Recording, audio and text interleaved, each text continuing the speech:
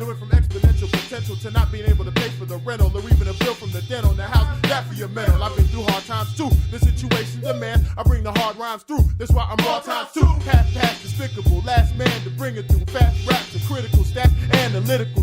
Mostly in service of not losing my mind and going to bed feeling a little bit less of a coward, I'm shouting out Daybreak co-designer Matteo Menepace, who got banned from the Kennerspiel event in Germany, which is, for you casuals, that's board gaming's Oscars, kinda. With the Spiel des Jahres, the game of the year, those are given out there, among other things. He got the ban hammer for wearing a watermelon sticker on his lapel, which had an outline of Palestine on it, which they interpreted as anti-Semitic Israeli erasure. According to their accounts and others, they made him take it off, and then they lifetime banned him from the event. So I just want to shout out Matteo. This Colorado board gamer thanks you for standing up, sir. Anybody with half a conscience knows exactly what you meant to say. And they didn't want to hear it. Also want to shout out the two craven swine, event officials Harold Schrapers and Christoph Schlewensky, who made their ruling. Matteo is classy and measured in his response to this, but I don't have to be. You're both a couple of cunts. And if any of the Daybreak board games publishers are listening, this event just put your game in the top 5 of my shopping list. That's a little bit better. Welcome to episode 80 of Breakup Gaming Society, America's least responsible board game podcast. I'm your host, the Colonel Hector Bravado in Starkville, Colorado. I talk about board games, booze, and hip-hop, mostly golden era and modern underground greats. Here's what's on the menu for this one. Drink of the week. Back in August, I put together my high-effort vodka cooler of the year, Farmer's Punch. It had a lot of ingredients and rewarded the work as much in good neighborly cheer as it did in flavor, which I guess is kind of the point of mixing fussy cocktails. I'm always rediscovering my ability to socialize and being kind of surprised at what happens. Game of the week. Star Wars Outer Rim, which came out about 2018 or 2019. I loudly hate on Star Wars in casual conversation to anybody who will listen. So why did I buy this and the unfinished business expansion and pretty much love it? We're going to talk about that at length because I got in a solo play and a 3-player session of this one. Like Han Solo said in the movie, strap in, whores. Track of the week. This kicks off a series of tracks from MCs I'm calling the Originals. If you have no Masta Ace in your playlist, my goal is to change that with this fierce, clever, and principled diss track from his 2001 album, Disposable Arts. It's cocktail time.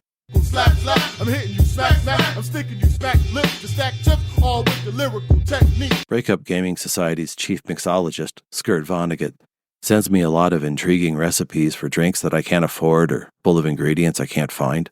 The last recipe he sent me, I had to send him a screen grab showing him a map of the region around my house like, dog, I live in the high desert and I'm fucking broke. Can't drive 150 miles to track down smoked plum, mogwai jizz, or whatever fancy stuff you're concocting up there. So, when money's tight, I can still rationalize a $30 fifth of whiskey a couple times a month. Maybe all I need besides that is some ice, my playlist, and a peculiar, keening sense of boredom. I have most of those things at hand already, but my heart sinks when I'm making the ingredient checklist and see something like Campari. That's like a whole nother bottle, just to be like a small part of one thing. So I figure if I'm going to make the Farmer's Punch cocktail that I saw from a couple of goofs on YouTube, I'm going to ride the hell out of it. I get the Campari, handle of Stoli, big grocery store tomatoes, a clamshell of tiny heirloom tomatoes from Rommel Family Farms. What's up, Raton? I see you. A small local watermelon. What's up, Simpsons Market? Simple syrup, and I forget the limes the first time out. I also forgot the damn soda.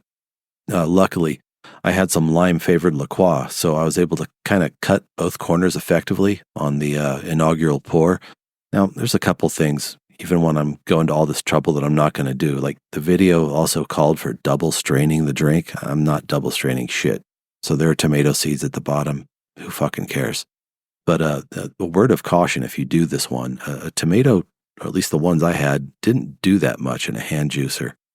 I was plowing through these things on my first test mix. I had a pile of pulped smashed tomatoes on my cutting board and not much juice to show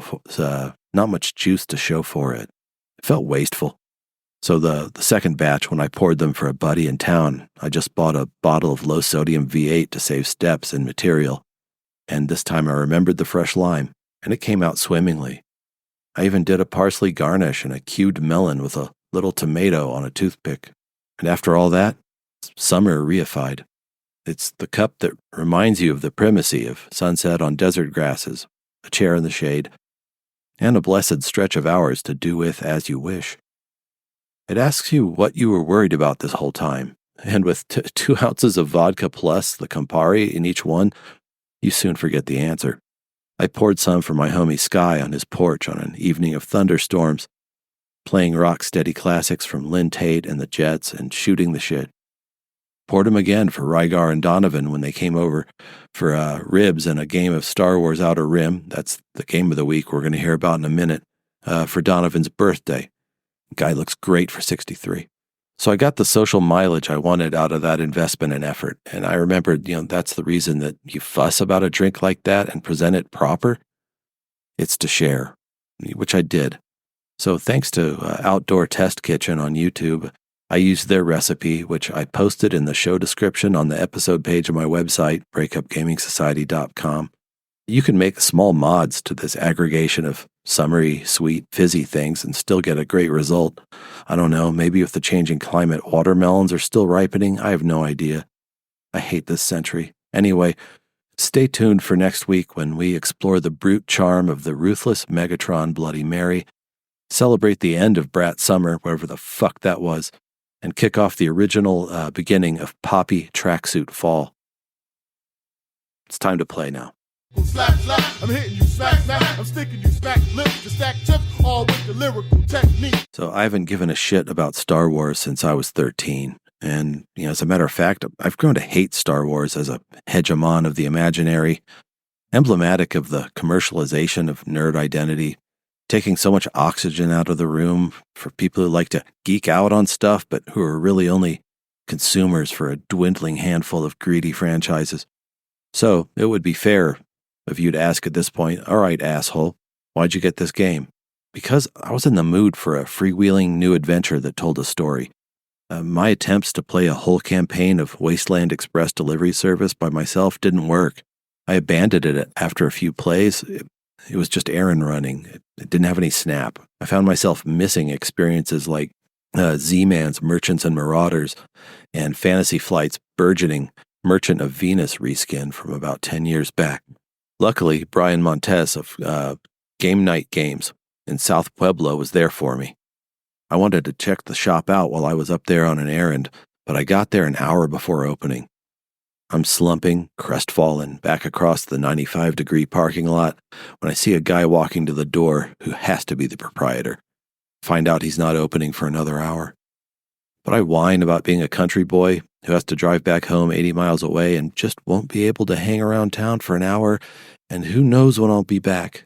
At this point, your eyes are watering. It was shameless, frankly. But I don't see the point of going to a city with game shops and not getting to see at least one, smell the cardboard, perch on the shrink-wrapped edge of all that incipient fun. He let me in, God bless him, and even talked with me in between bites of his lunch about what was on our game tables these days and stuff on his shelves that we both wanted to play but hadn't yet. It would have been shitty to wheedle my way in the door and not give the guy some business, right? So I grabbed Star Wars Outer Rim, which Brian recommended, along at the same time as a bunch of YouTubers that I was watching recently. That the title just kept popping up in lists of good sandbox games. I'm looking for Outer Rim to deliver a very specific thing, a sandbox play experience that bundles the usual stuff, pick up and deliver, missions, light combat, travel, and encounters, into a slick package with a good dedicated solo mode. And here's another reason I'm optimistic. Corey Konieska's name is on the box. He was the lead designer on Space Hulk Death Angel, one of my favorites of all time, and gets called on a lot when game publisher Fantasy Flight wants a designer that can take the franchise lore like Star Wars or Warhammer or Game of Thrones or Lord of the Rings, interpret it in thematically evocative gameplay that's sort of true to the source material, but with some clever mechanical touches. So, okay, I say as I settle into the cockpit, do a bunch of space things that are no different from what any RAF pilot would do. Let's see how this bitch runs. Following our notes and thoughts from my first solo test play and my first play with others. So the test play. I've got it set up, and this thing has gone and taken up every single inch of the bed, aka the table, but it's alright because the game's sexy. I'm not one of those guys who's going to waste 20 minutes padding my runtime talking about components, but hoo boy, did they not skimp on these dense and alluring 8-sided dice? I don't know what they do yet, but it's top shelf. Oversized puzzle piece, 180-degree arc of planets showing the system, juices my sense of anticipation, as do the nifty player boards. So far, it's got my nose wide open. As I set up for the first time, there's this flutter of anxious sadness, too. Am I missing out by running this solo? I say RPG light in reference to these games, but I keep seeing cool interactive player elbow room in the rules that could turn all this item scrounging and lane running into something personal, even treacherous. For example, I note that, like the ruthless Spartacus board game that saw a lot of table time in the old days, with our old group, players can swap money, exchange money at any time for any reason.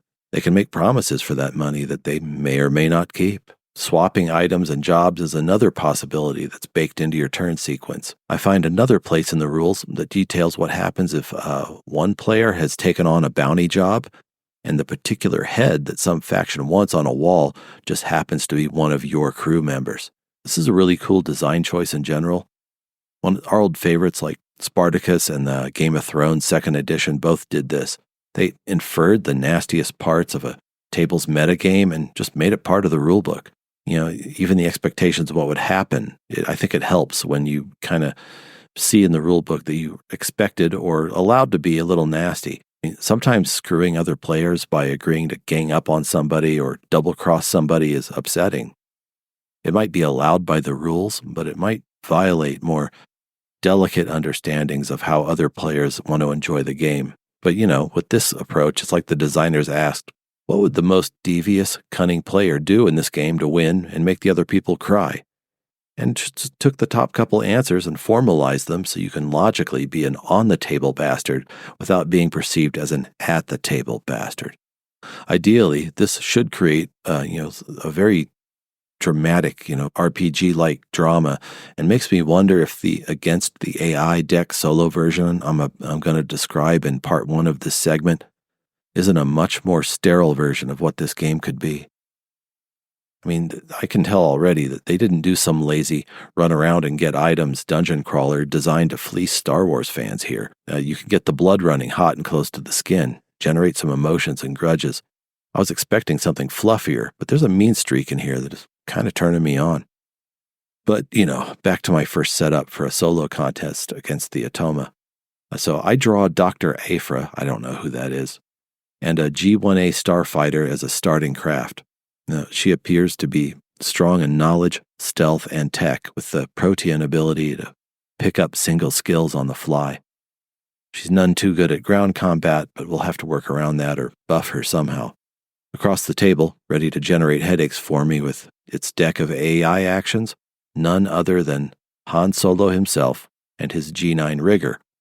He's good at piloting and tech, and he's ready to perform a variety of hand jobs in a race for fame.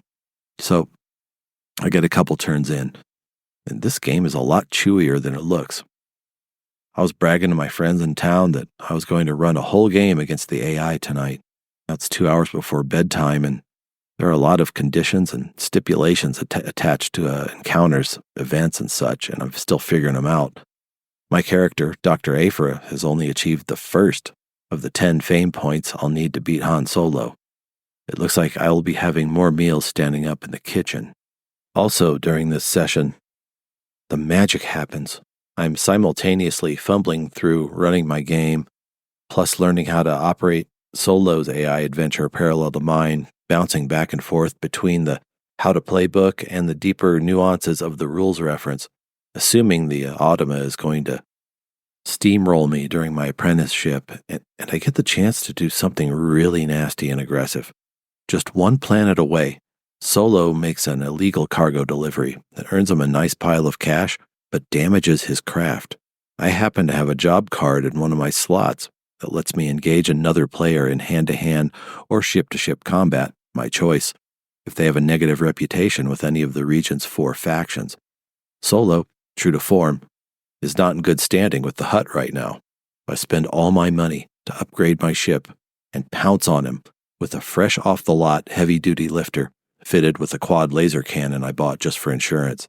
He's defeated and will be dry-docked the following turn while he gets his basic-ass ship patched up. Now I've got better footing against the Rebel and Syndicate patrols that have plied their way across the arced board and are about to, get in our hair and cause us both trouble soon. I've got room for new toys and a bigger crew. And I'm hooked. My biggest gamble on this title is paying off. With this variety, this verisimilitude of the action, the characters and setting, they're taking on their own hermetic life. It doesn't feel like a Disney property. It feels like mine. That's immersion. That's transmutation. That's the drug I was after. So, sometime Sunday, I sit back down at the table and run the game out.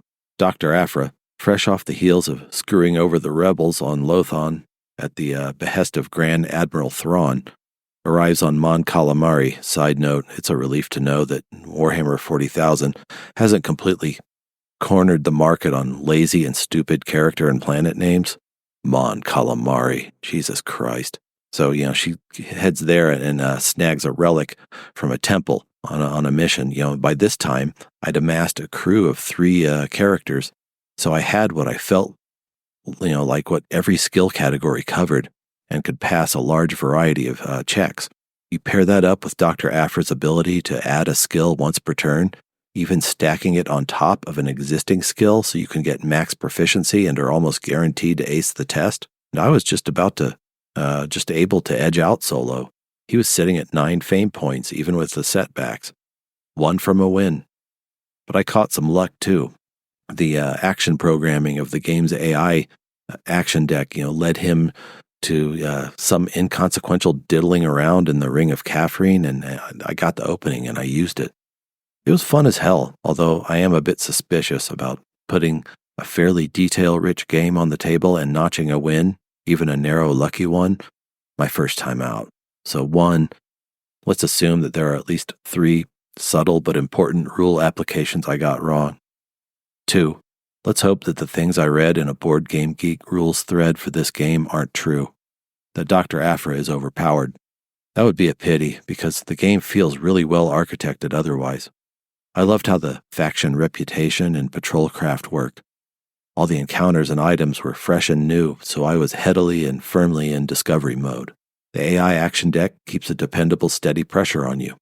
I did notice that, once this game's 2 opponents hit 6 on the fame track, the theme faded into the background a bit as the pace accelerated.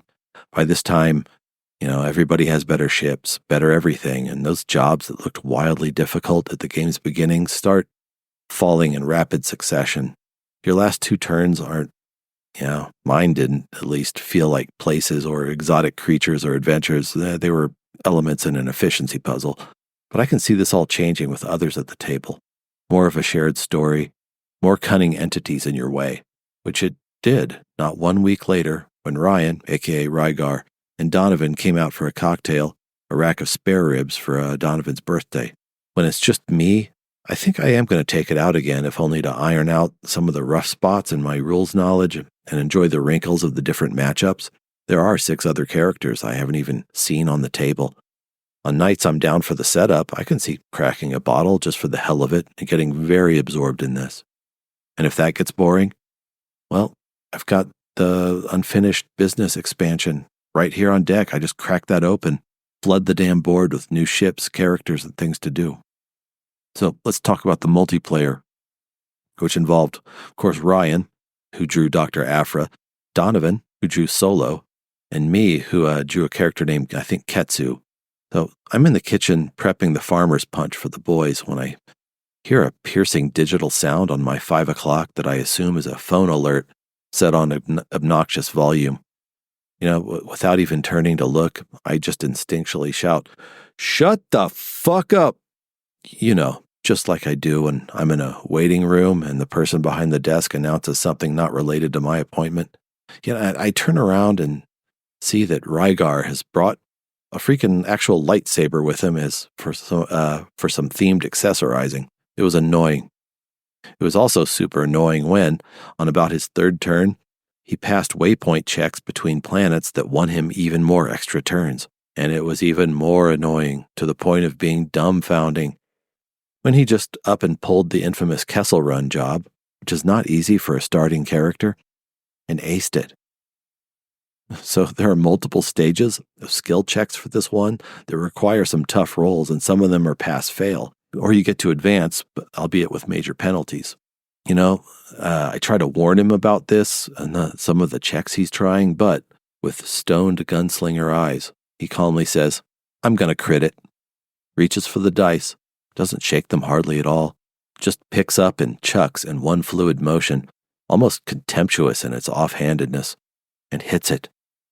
It was some real cowboy shit, and the defining moment of the game. I drew a character named Ketsu, whose base skill set suggested that headhunting was the best path for her. Despite investing in a fancy laser rifle to boost her combat and hunter strengths, I got mired in a fruitless duel with a weak and errant android that had a bounty on it. I had twice the combat die. Lost once. Lost twice. On the third try, I finally subdue it and get it aboard my starter craft, but by then, Ryan's Dr. Afra has packed a third of a game's worth of achievements into his opening moves. I should say her opening moves, the way I set that sentence up, huh? Anyway, parallel to this, Donovan is having a different and better game than both of us in some ways. He drew Han Solo as the character, and he even was able to upgrade his starter ship to a very on-the-nose Millennium Falcon, and in the character encounters you get to have on the planets, managed to pluck both Chewbacca and Princess Leia as crew members, which was pretty nice thematically and gave him some bonuses. And true to form, that ship couldn't move. But he was no better positioned to catch Dr. Afra than I was. My character, Ketsu, had even managed to track down and bushwhack Afra once, defeating her on planet in a 1v1 scuffle. But it wasn't enough to dampen the momentum of Afra's bravura opening sequence. "I'm going to win on the next turn," Rygar announced matter-of-factly at about the 3/4 mark of the game. I scoffed, seeing his fame track several points under the required 10. Then I looked closer at the job and bounty cards on his board and blanched. Yep. 3 jobs or deliveries that paid out at least partially on the fame track advance, all of which could be done during the market or encounter actions on a single turn on the same planet. I think it ended up taking him an extra turn, but his confidence wasn't generally misplaced. I tried to deter him by tipping off a Hutt patrol craft to Dr. Afra's location. The Hutt were mad at her for some reason, but she blew right by it. Meanwhile, Donovan was scanning his cards furiously. "I'm going to blow that planet up before he gets to it." That would have been an impressive way to douse Ryan's victory lap, but to my knowledge, there is no way for minor scoundrels, or Dr. Afra, who became a legend in a stunningly brief span of time, to destroy planets. I don't know. Maybe the expansion has an encounter where you can hotwire a Death Star. That defo seems like the kind of thing that would make you famous. In a future episode, I'm going to revisit Outer Rim solo mode as part of my fall project to replay and document all the solo games I talked about individually. Let's see if any of them look or feel different in autumn's light. Do some of them gain luster? Do some of them look like mere gimmicks during the replay? Stay tuned for that. There's one thing I'm sure of. There's no way solo mode sets off the refrains of good-natured bellowing and riffing that our game did. Happy birthday again to Donovan, and well played, gents. But if I see that lightsaber again, I'm breaking it. We've had enough Wookiee Jedi bullshit in this house for one season. Here comes Track of the Week. Slap, slap, I'm hitting you smack, smack. I'm sticking you smack lips to stack chips, all with the lyrical technique. So this is going to be the first in a series of tracks of the week that I'm just going to call the originals.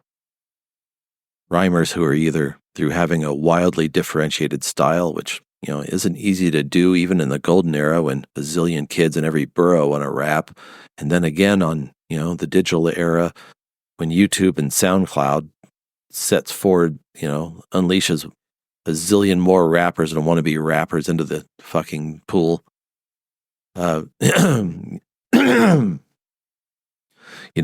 These originals I'm picking out, sometimes they had a legendary career that smoldered under the chart radar, but won them the respect of their peers and heads forever. Or they projected a unique intelligence or integrity, stubbornly doing their thing despite what production fashion or chart currents said, even at the cost of their happiness or ability to even make a living sometimes. So first up is Masta Ace. The year is 2001. He's rhymed with the legendary Juice Crew. He's put out acclaimed records with his group, Masta Ace Inc., which has broken up.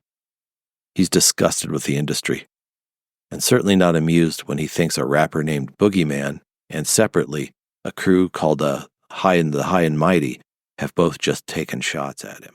One thing, who named y'all the High and the Mighty? To me, y'all just sound like a couple of high whiteys. And you had to be on mad coke and ecstasy to think for a second you could stand next to me. Look, don't ever again mention my name in your freestyles, or I'll cut off your transmission faster than Lee Miles. And I heard your album. This must be something you knew at, cause I'd rather hear a Lil Wayne, Lil Zane duet. My cell phone stay ringing like a slap in the ear. So I hope y'all don't plan on making rap a career. Cause ever since Hev wasn't burning, I've been burning. Next year, y'all be up at Raucous, interning. And I should've let it known what your government names are, to make sure you take it personal like Gangstar, motherfuckers. I love how even in 2001, Ace gives these guys a dressing down while staying firmly rooted in the style of an intelligent and dignified but angry battle MC with a conscience who doesn't need death threats to put somebody in check. That's being true to your own craft. I also love how he wove references to Heavy D and the neighborhood he came from, Mount Vernon, and Gangstar's Take It Personal into the last couple lines. Now, let's take a look at how he defended his lane in the second verse. Yeah, I heard of the boogeyman when I was a youth. Scary. Then I found out that he was as fake as a tooth fairy. Since my last mission, this nigga been ass kissing. I took a minute. I gave your single a fast listen. Tell me this, with no pot to pissin', how you dissing? Your group home's about to be reporting you missing. And I don't know what was worse, the track or the verse. I'ma get to your producer, but I'm smacking you first. So that was him just sunning Boogeyman. And then later on, he switches to Widefire pattern and scorches his whole label too and his producer just for good measure. It's scorched earth now. I figured I'd give you some help cause you need lots. I make your producer change his name to Speed Knots. Tell him I said fuck him for doing the tracks. Matter of fact, fuck Fat Beats for doing the wax. I'ma dish you via email and then through a fax. I'ma dish you by two-way. I ain't gonna never relax.